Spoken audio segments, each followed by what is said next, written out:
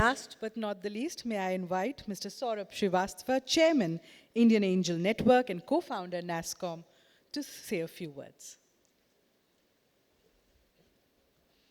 Well, good evening, everyone. I hope you can hear me right at the back. Well, I think one of the really excellent things that DQ did, PG that you did, was really start the DQ Awards. And this was started very early. I think virtually 10 years after founding of DQ, I think 93. And the reason this was good is, none of us do things because those are going to get us awards.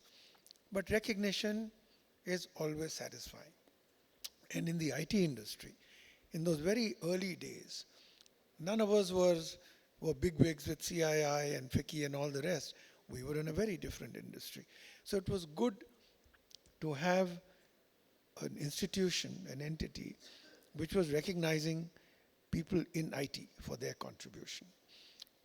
The second thing I would say is that, it's always very pleasing to get an award which comes from your own people, from your peers, because that's worth a lot more than so many other awards. And when I look at some of those awards, PG, you mentioned those categories. The Person of the Year, there's a whole list of people that all of you would instantly recognize. But what's interesting is that the first award, Person of the Year, went to Mr. Vittal, who was secretary of, at that time, the Department of Electronics, was not to an entrepreneur. Interestingly enough, the most recent award again went to a secretary of the Ministry of IT.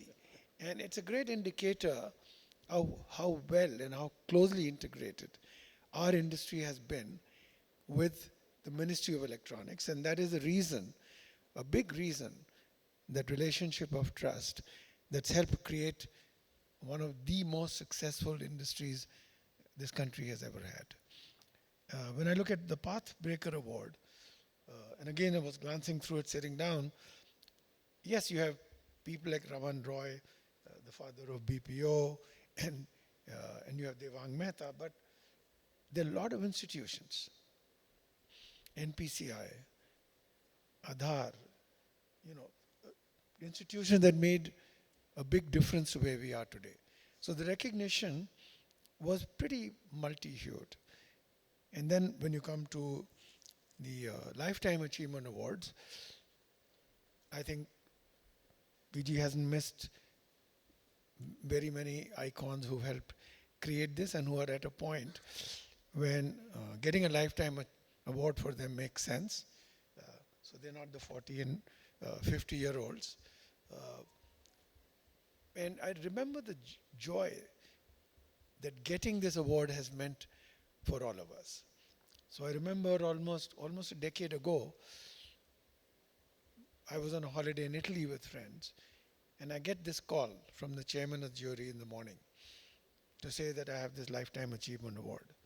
It made the entire day, it made the entire holiday, and it was the most cherished thing for me at that point in time. And I'll make one last interesting comment before I end today, is I was talking to PG in the morning, we were just chatting, and he happened to mention that, maybe his giving the Lifetime Achievement Awards are like stepping stones for a Padma Award, because he was comparing the list, and there seemed to be a lot of people who got the Lifetime Achievement Award and then a Padma Award.